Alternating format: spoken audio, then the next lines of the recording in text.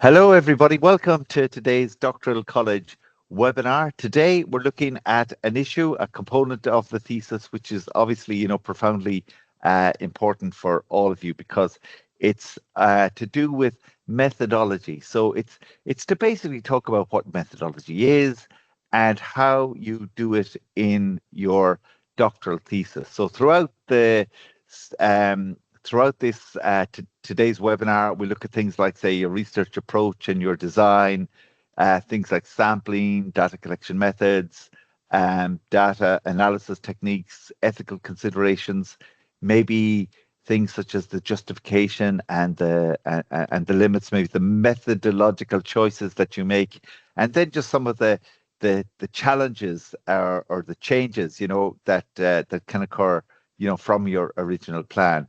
So we're going to take the whole issue of methodology and distinguish it from methods, although methods is, crucial component of methodology.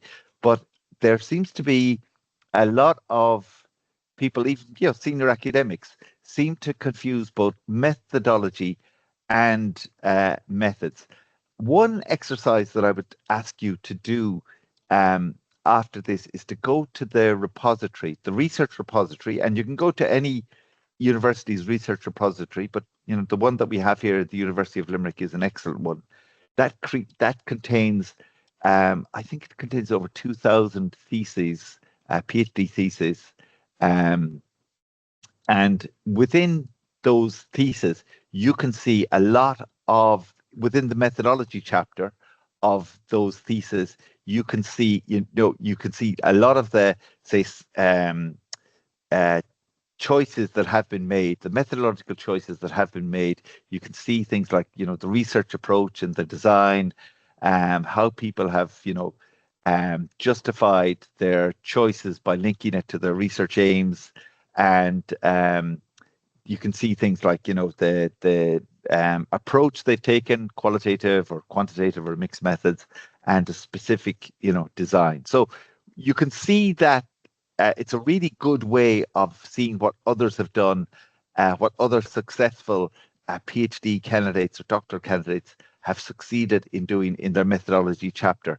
And it's a really, it's an eye-opening way of seeing some excellent examples of how methodology is constructed, and the justification for the methodology is outlined in those theses. So that's just a tip to let you know that there are resources within the university itself here, but in every other university, every university is obliged to create its own research repository where you can see the a thesis, PhD. You can see the PhD thesis that have been submitted, that have successfully passed the viva voce, and you can then look at the methodology chapter, if you like, and you can see how the PhD candidates have evaluated the reliability and validity of the research in the methodology. Okay, so we'll just continue on just with this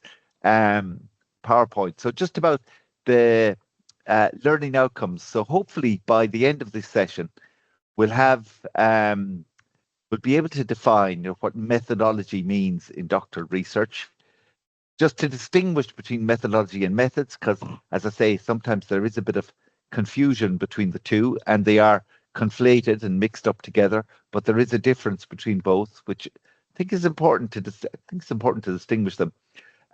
We'll try to explain, how to choose appropriate research approaches. By research approach, we mean, whether it's quantitative, qualitative, or a mixed methods approach.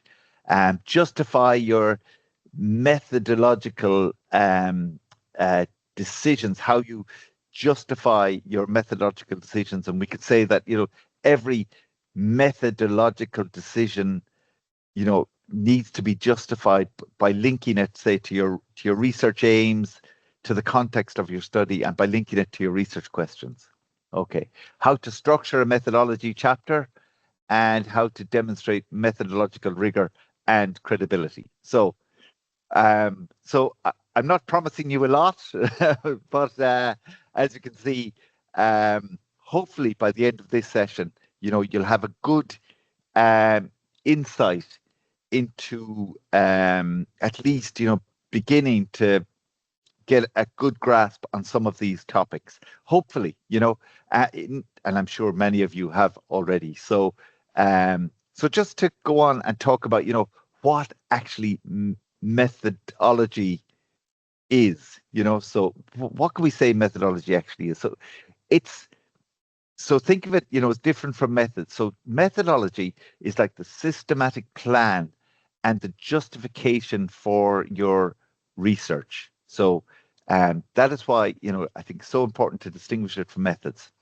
So it's going to talk about it. So methods are absolutely, a crucial component of any uh, methodology or any methodology component or methodology chapter of your thesis. So your methodology chapter is going to detail what research methods that you're using. Are you using surveys? Are you using observations, experiments, case studies, whatever it may be? It's going to detail what methods you are going to use, to undertake and to answer your research questions. It's going to talk about the reasons behind your choices. So what methodological choices you have made. So it would explain the rationale behind each of those choices and discuss the strengths and the limitations of that approach. So it's going to talk about, what the choices you've made and the justification for them. And it's also going to talk about maybe the philosophical foundations of your approach. Now, in this, if you look at the research repository of any university and look at, a doctoral thesis, and you're looking for philosophical foundations of the approach, a methodological approach, it may not necessarily be there, but it's something to consider also. What's the rationale, or what's the idea? What's your philosophical approach to your methodology? What is it within your methodology that will allow the reader to evaluate the reliability and validity of your research? So the purpose, we can say, of methodology is, it's to show that your research design, and by what we mean by your research design, whether you're using a case study, for example, or you're doing some an experimental study. So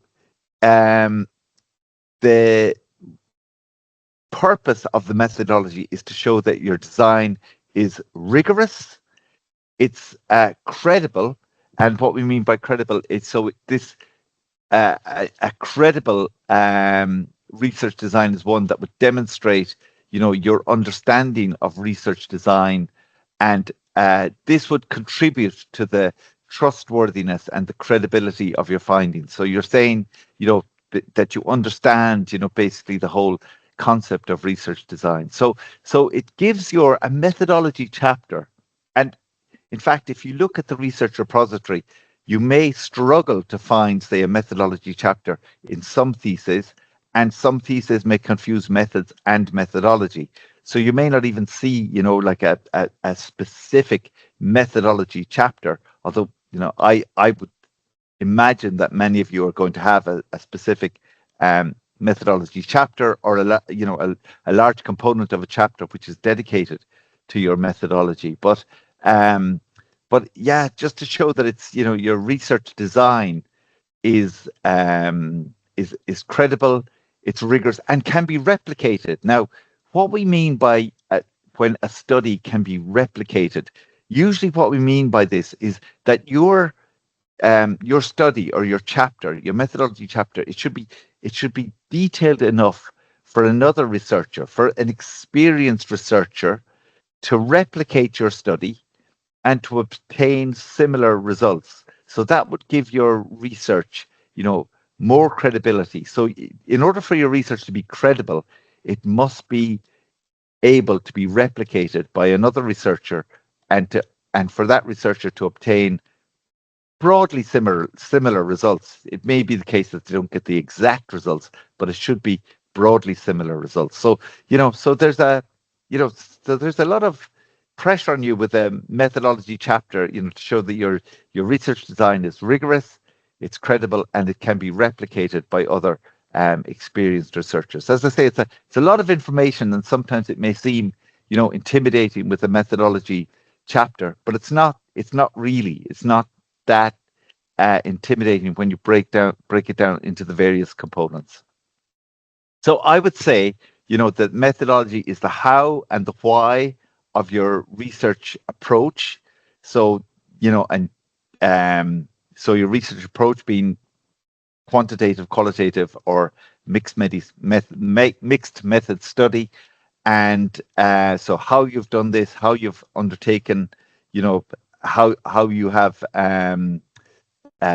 undertaken your research and why, versus your research methods, which are the specific tools and the specific techniques that you have used. So it's a really important distinction, but it's one that is often not, I won't say often, but it's sometimes not made. And as I said, I've even heard senior academics confuse both and confound methodology with methods. But methodology is much wider and much more all-encompassing than methods.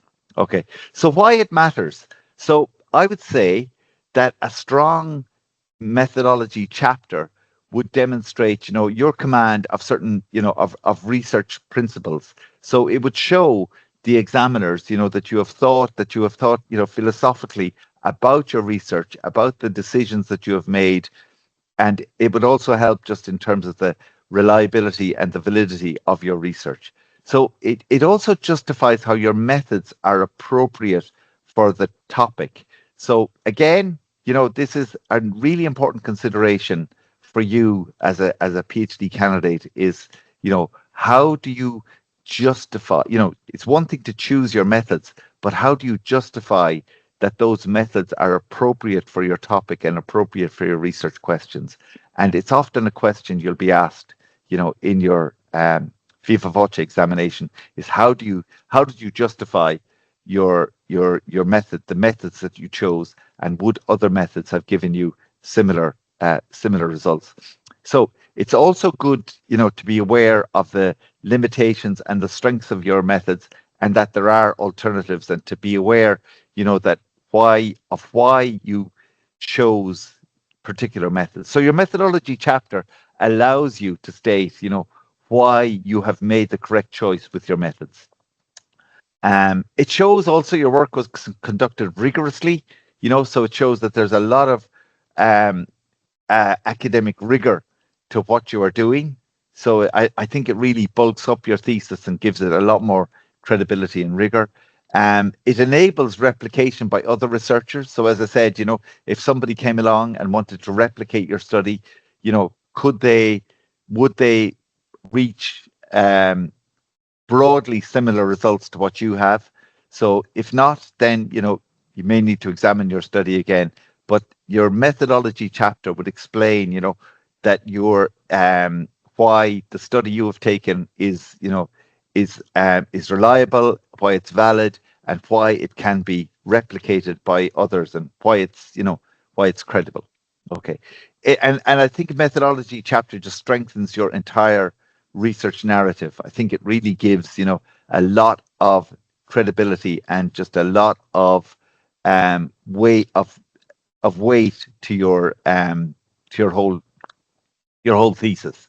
And it definitely contributes to the trustworthiness and credibility of your findings. Because if you only talk about methods, then there's a whole area, a whole tranche of elements that you are omitting. And I've seen this in thesis, just where you just have methods referred to, and the researcher says, I've chose these methods, and very briefly they say, and this is why.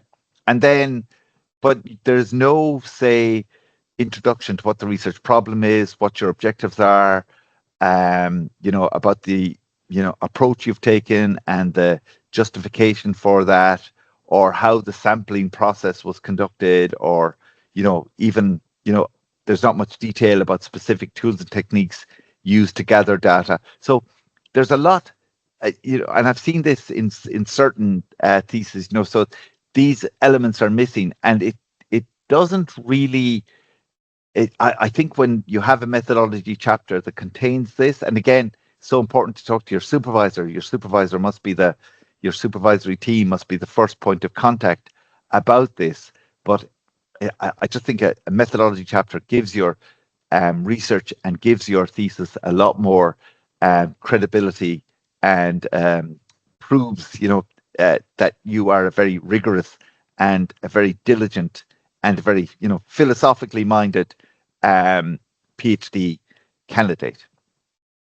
Okay, so I would say, and again, back to your supervisor about this, but before writing your chapter, just make sure that your approach is aligned with your research question. So what we mean by your research approach is, whether you've taken a quantitative approach or whether qualitative approach or mixed methods approach, just make sure it's aligned with your research question. So your research question, as I say, is like your North Star, it's your Polaris, it's your guiding light.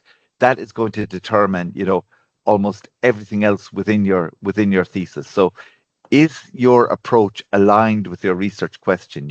If you're trying to undertake a research question and you choose, for example, quantitative methods to answer a particular question, it may be completely inappropriate for that. So you have to make sure that your research question is aligned with your research approach. And again, your supervisory team will be of great help here. But again, you'll know yourself. You should know yourself, that your approach, is aligned with your research question. Although sometimes we learn this as we go along in the PhD.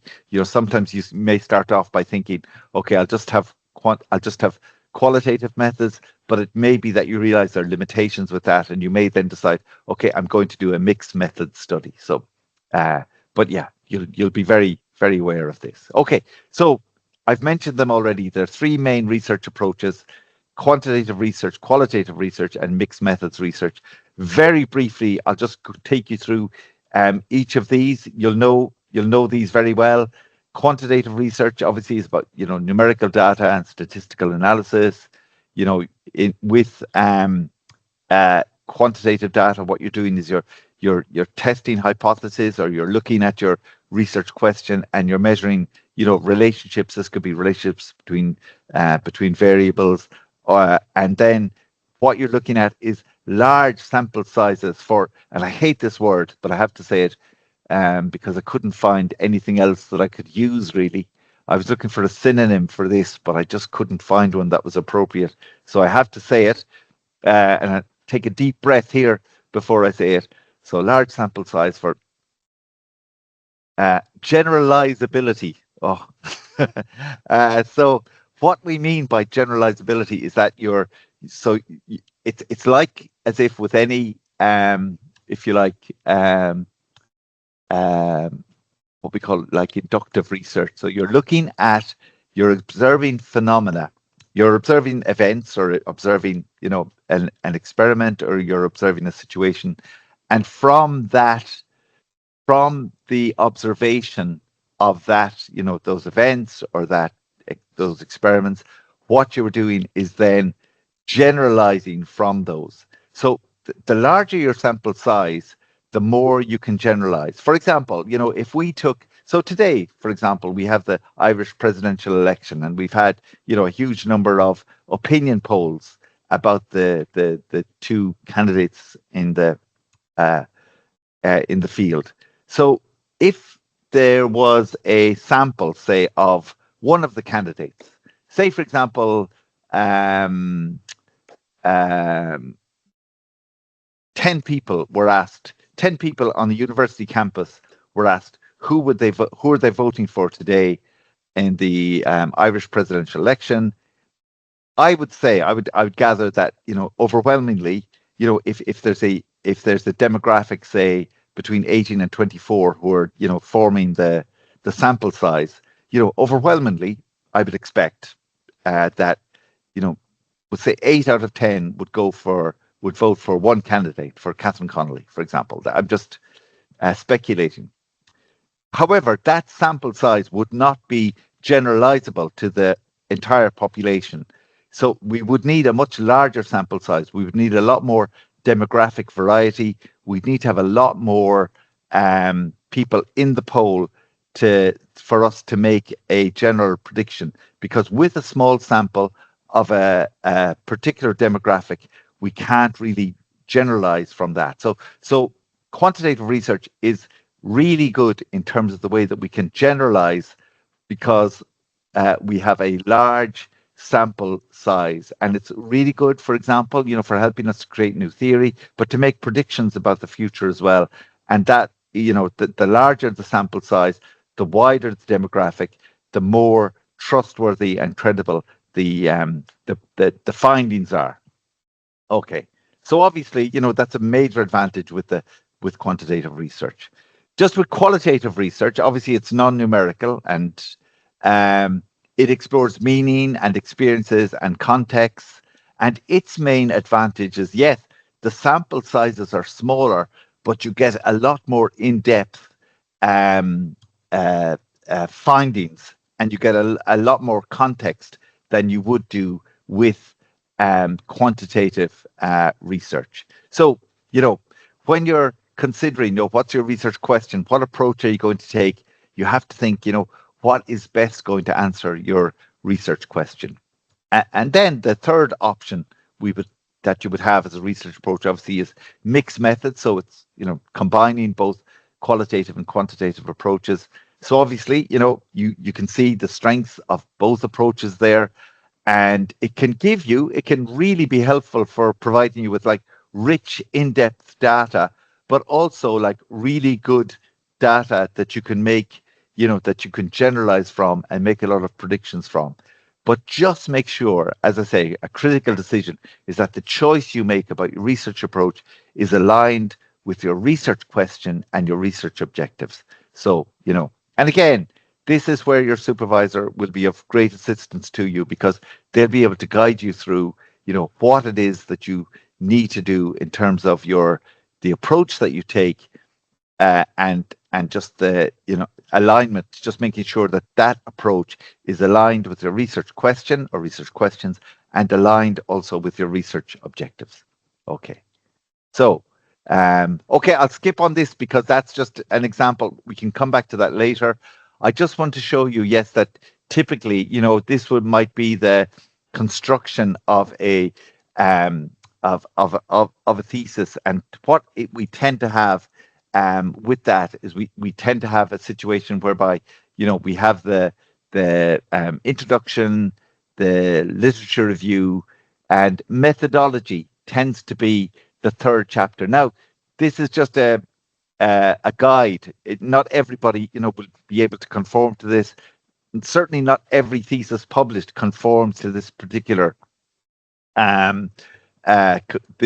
structure. So this is just to give you, some guidance. So I'll put this into so this will be in the slides. You'll be able to look at it afterwards.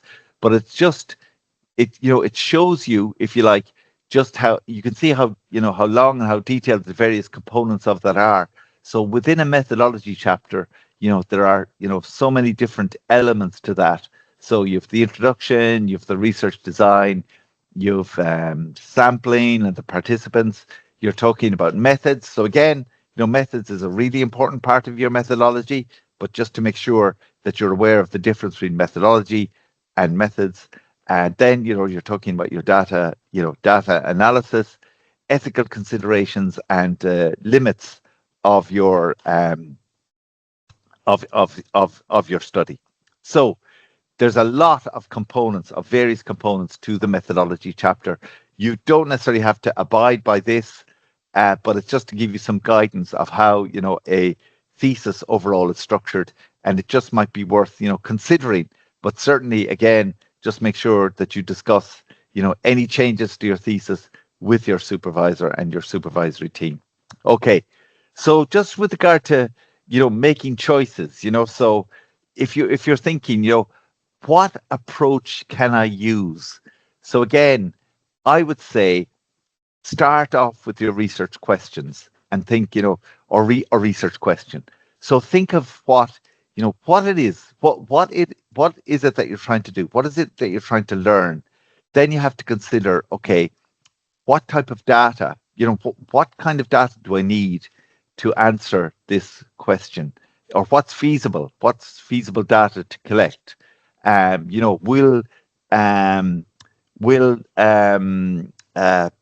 random sampling or snowball sampling or purposive sampling, help to solve this. So you have to make considerations and choices about sample size as well, and just think what kind of demographic you're looking at, and find out, do you need to generalize from this study? Is this something that you can generalize from? So that's going to be a big influence in terms of what um, what approach are you going to take. So think about your research questions. What are you trying to learn in your thesis? What type of data is going to be useful to you? Could a mixed methods approach help? Would a mixed methods approach be better than using solely quantitative data or qualitative data? And then think, what's the purpose of your study? And this will really help you in terms of the methodological choices you make when it comes to your approach. So consider also, your theoretical framework, which we talked about in last week's in last week's webinar. And I put in there in brackets, I put in or parentheses, if you like, if as some people call them, your theoretical and epistemological framework. So now many people will not consider, an epistemological framework or what they call, an epistemological stance. But for some of you, it may be the case for within there are, if you like, three kind of, stances or epistemological, might I call them? Three major epistemological positions that one can take. So that's about how so you're trying to distinguish. I won't dwell on this for too long because I realize for some of you it won't be that important. But say, for example, that there are three main what we call epistemological positions. So and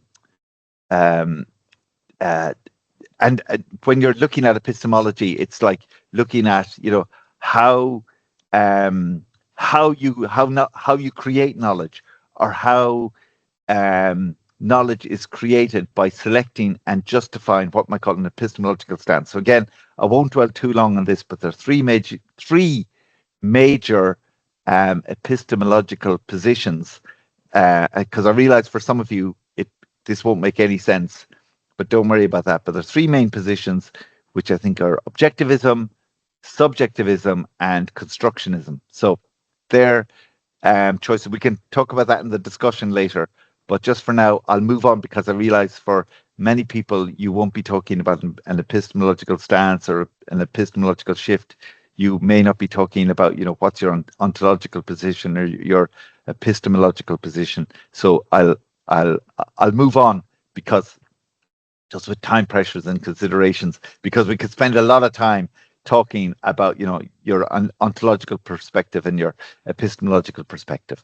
So, but I would just say, consider your theoretical framework. Okay, that's really vital. But also consider what's the nature of your, of your research problem.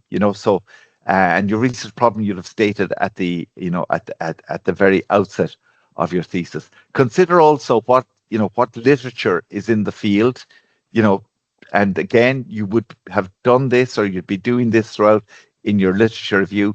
You have to think of constraints, so you have to think of time, of access, of resources. So if you decide to take, a quantitative approach, and you decide, okay, I'd like to interview, 50 people for this particular study, you have to think about what kind of access will you have, what kind of ethical considerations you have to take into account, what resources you have, and your time constraints. So you have to think about, all those things, really practical things, but it's important to think about these, when conducting your methodology chapter.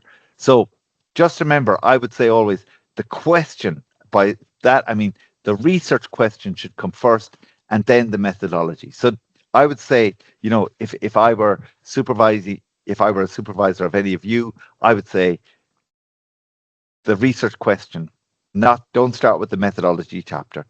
You think about, you try and frame your research question. It may change over time. It's an iterative process. You're redefining sometimes, or refining and honing your research question. But you have to think about, what is your research question? That has to come first, then the methodology. That would be, and I know not everybody adheres to that, but that for me would be sacrosanct, that, research question first and then your methodology. Okay. So just looking at some of the components, so just some of the practical considerations of what a methodology chapter looks like. So, okay, so within the introduction, what you would do, I would say, so if I were supervising, as I say, any of you, I would say, okay, state what your research problem or your objectives are. And this is a way kind of giving you, so I would ask you just to preview how is this chapter going to be structured? So again, you can look back to that slide, which gives you the PhD thesis chapters, and look at, say, how a methodology chapter is structured, what the various components are. But I'd say, okay, just give an outline of how this chapter is going to be structured. Okay, then what I would say is look at, your research approach and your design. And so try to explain, for example, your overall research approach and your specific design. So yes, explain your overall approach and then describe your specific research design. So this could be an experimental study, a case study, an ethnographic study, and there are other designs or research designs that you can that you can explain in there are other designs that you can take as your as this facet or element of your methodology chapter. And then, just consider also, or connect, I would say then, it would be important then to connect to what we might call your philosophical foundations. Again, not everybody's going to do this, but it's a good technique to think about, what's the, what is the, the approach that I'm taking here, and how am I going to justify this, and why am I doing this, basically. So it's, if you think of a methodology chapter, what it's about, it's to allow whoever is reading it to evaluate what's the reliability and the validity of your research. Okay, so for example, another component that we could see with a methodology chapter would be sampling. So this would be where you describe what sample size and the sampling process, how many participants were selected. So, and then you look at the kind of sampling techniques you use, random, purposive, snowball sampling, etc., and detail any inclusion or exclusion criteria. So, just say who's in the sample and who not, what kind of part, obviously you're going to have to keep your data anonymized for the most part, but certainly, think of what criteria you have for including people in a sample, or what criteria you might have for excluding particular cohorts from a sample. Okay, then your methods. And again, you can see here, this is a methodology chapter. So the data collection methods, they're a really intrinsic, very, very important element of your methodology chapter, but they're not all of your methodology chapter. So just to reiterate that again, because, I've seen it quite a bit, where people do confound the methodology with the methods. Okay, so here you would talk about, the tools and techniques that you've used. So you might have done it, with experiments, by observing participants, through interviews, through surveys, etc. So talk about, what are the tools, what are the techniques that you've used to gather the data that you need. And you also need to justify, as I said earlier, why these methods were chosen. So, so you describe how, when, and where you collected the data, and yeah, just be specific, I would say, about the sources of your data, the instruments that you use, and the procedures that you used, in the collection of the data itself. Then we come to something called data analysis techniques. So that would be like, explain how you processed and how you analyzed your data. So, for example, did you use what kind of analysis did you use? Did you use, like, say, thematic analysis? Did you use content analysis, statistical analysis? So that is because these demonstrate, how your techniques are going to answer your research questions. So again, it's always good. I think just having, your data analysis techniques. I think just, when you explain how you processed, how you analyze the data, I think it's really good to have that in a methodology chapter. I just think it adds more rigor, more credibility to your research. Because as I say, what you're trying to do is you're trying to allow the reader to evaluate the reliability and the validity of your research. And I think if you talk about data analysis techniques, talk about data collection methods, talk about sampling, talk about your research approach and design, it really gives added weight and ballast and rigor to your research. But again, please discuss this with your supervisor before you go off and make any changes to your methodology chapter, or any radical changes to your methodology chapter. Obviously, another really big component of a methodology chapter is whether, ethical considerations. If you're dealing with human participants, then you need to get ethical approval for your research before you can carry it out, and that's for a number of reasons. It's to protect the participants. It's to protect their privacy. It's to address any kind of potential harm. It's just being ethical and culturally sensitive also to the participants. That you have a plan that has passed through the ethics board, and that you have obtained ethical approval for your research. That is really vital. And I would say, if you're planning on doing, interviews or surveys with human participants, particularly where you're interviewing them face to face and interviewing them in their own context and in their own environment, then it's just non-negotiable that you need to have ethical approval in advance to do so, and with good reason. Because it should consist of, because as I said, you need to protect your participants' privacy. You need to address any kind of potential harm, but you need to have their prior informed consent. You need to let the participants know in advance, this is how I'm going about the collection of my data, and I want you to know that this is, the methods I will use, and would you be amenable to this? Would you give your consent to me undertaking this study? And again, this is so vital that you inform your interviewees or your participants in your study about what you're doing, about how you're going about your data collection, because they have the right, then they must be given the right to be able to withdraw from the study. And obviously that would be very problematic.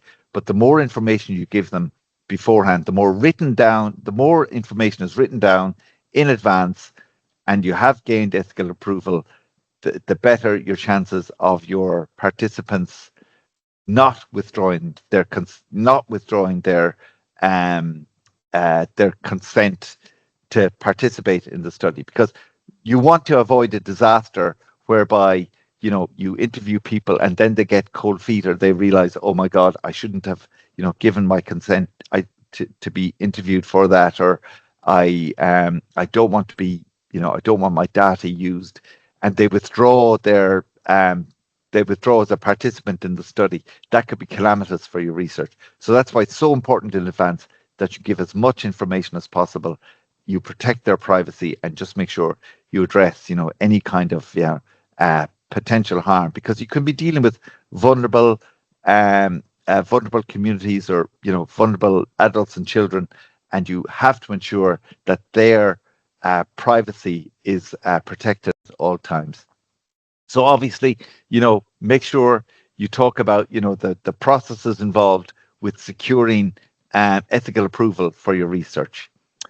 It's also important, really important, I think, um, to talk about the justification and the limitations of your thesis, because here you would evaluate, this is a good chance for you to evaluate the choices you have made, to explain the rationale behind your decisions, to discuss what are the strengths and limitations of the approach you have taken.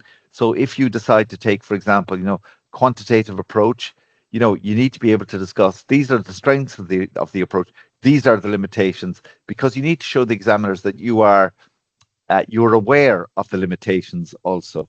PhD involves a lot of intellectual humility, so you need to be able to demonstrate, that you can't know everything about this particular, particular area, that there are limitations to the approach that you're going to take. And then try to explain how you try to mitigate those limitations. So say if you're, if you're dealing with, if you have a large sample size and you're dealing, with a demographic of, say, 1,000 participants, and they're all part of a survey or whatever it may be, there will be certain limitations to that study. You may not have in-depth data, or you may not have rich, really rich data, but you have to explain, well, these are the approaches I took, or it wasn't realistic to undertake a very deep dive into this particular topic. So just explain how you managed or mitigated the limitations. As I say, not everybody does this in a thesis, but I think it really gives, it really stresses just the reliability and validity of your research if you have these in your methodology chapter. Another good way is just to show, what were the changes, what were the challenges involved in the methodology. So this would give you a chance to just show what changes or deviations took place from your original plan. And we all of these, when we're doing a PhD, it's never going to be, your final research question is rarely going to be what you started out with. So there are going to be lots of deviations from your original plan. You have to make a lot of choices along the way, a lot of changes in the route. So just explain the reasons for these changes and describe any obstacles that you encountered and how you overcame them. And this actually helps along with the narrative of what you're trying to do. So, and it makes your PhD into a better story, because I often think, I got great advice before. Unfortunately, I'd done my PhD at this stage, but the advice was, be kind to your examiners. And I always find some of the best theses are those that have, a good narrative behind them. But again, speak first to your supervisor and your supervisory team about this, before you make any radical changes to your PhD. So I would say there are three considerations, or three, primary considerations when it comes to your methodology chapter. I would say, first of all, so justification. So think first of all of, so what I outlined before were the components, but these are, these are considerations or principles to your methodology chapter. So with every decision that you make, every methodological decision that you make must be linked to your research aims, to your research question, and to the context of your study. So you need to be able to say, I made this decision, I decided to take this approach, and link it to your research question and link it to the aims, the objectives, and the context of your study. And as I said before about replicability, so it should be, should be detailed enough, should be reliable enough for any researcher, an experienced researcher, to come along to replicate your study and to obtain, I would say, broadly similar results. And credibility, it shows your understanding of the research design, whether it's a case study or an experimental study, and it contributes, to the, I would say, you've heard me say that the ballast, the trustworthiness and the credibility of your findings. So it really gives a lot of intellectual weight to your thesis. So I would say just some tips for writing. Connect connect your methodology to the literature. So show how your methodology builds on previous literature or on previous research, and link your methods to existing literature in the field. Show how these methods have been used in other, in other studies, and reference what we might call established practices in your discipline. I would say, write for your audience. Be kind. Again, that phrase about, be kind to your examiners. So just don't describe, obviously, and this comes back to what we talked in the webinar about your literature review. Don't just describe what you're doing. Justify why you've made these particular choices. So don't just give a big shopping list of literature that you've read. Justify the choices that you've made in your methodology chapter. Acknowledge the limitations, acknowledge that you need to make trade-offs, acknowledge the fact that, you only have 4 years, you have to make trade-offs. You can't, you can't have a sample size of 1,000 people and conduct 1,000 in-depth interviews with those people, because you have restrictions on resources, on your finances, just time pressure with, there's so many constraints that you're operating under as a PhD candidate. So your study will invariably be somewhat limited. It is, because, you don't have all the resources, you don't have all the finances to conduct, the major, magnum opus of your life. So you have to make trade-offs. You have to make decisions. There will be limitations to what you do, but explain why your approach is the best one, or is a better one than another one you could have chosen. And I would say also, and again, sometimes people might say, well, that very much depends on the discipline, but be detailed, but avoid what we call, unnecessary jargon, and just make sure that you have a well-structured text, that makes a strong argument. So I would say also just demonstrate why your methods suit your objectives and your research question. Try to convince your reader that you have taken the best approach, that your research approach is the best one, it's the most appropriate one for answering the research question, and that your research design, whether it's experimental design, case study design, whatever it may be, that it answers explain how this design is going to answer the research question. I would say, just to finish up, I would say just common pitfalls. I would say, what some people do is they describe their methods without justifying them. But I think it's so important for you in a methodology chapter to explain why you've done something, because, as I say, you want the reader to evaluate the reliability and the validity and credibility of your research. Sometimes methodology, as I say, is treated almost as an afterthought. Sometimes it may happen that somebody gets to begins to think, oh yeah, I better think about my methodology chapter. It should be really thought about carefully from the beginning. But as I said, don't start your methodology. Well, okay, I'm not going to say don't start, but I would say first research question and then methodology. But again, some people take a different approach. So just to make sure that there's not inconsistency between your chapters. So make sure that your methodology aligns with your introduction, with your literature review, and with your findings. So just to make sure that there is consistency without, and you'll get a good, your supervisor should spot these inconsistencies anyway, but just make sure, that you try to iron out any kind of inconsistencies beforehand, and certainly before submitting your thesis for examination. And also another kind of common problem that arises, sometimes there's insufficient detail to allow your study to be replicated.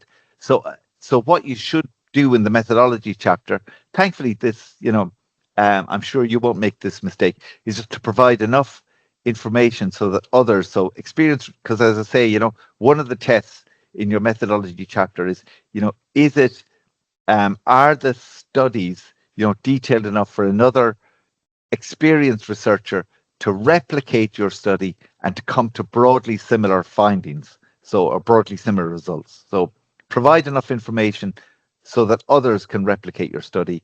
And yeah, acknowledge limitations, and just how you address them. So don't ignore the limitations. As I said, every PhD thesis is going to have a lot of limitation. Will have certain limitations. You can't do everything. You're operating under quite a significant number of constraints, and there will be limitations to what you try to do. So just acknowledge that you're operating under these limitations, and then how you address them or how you try to mitigate them. Okay, so I could go through a recap, but I realized it wouldn't leave any time for discussion whatsoever.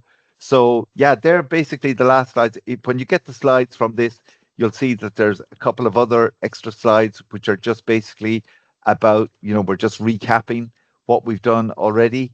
And then just some questions for reflection. Just think about, does my methodology clearly answer my research questions? Have I justified every methodological decision? Is my chapter detailed enough for replication? Have I addressed any ethical considerations and limitations in the study? And does my methodology, is it aligned with my research aims or my research objectives? Okay, so we'll finish it there. I'm just going to end it for people online, people who are looking at the recording. So I'll just say thank you very much for your presence or for tuning in or listening.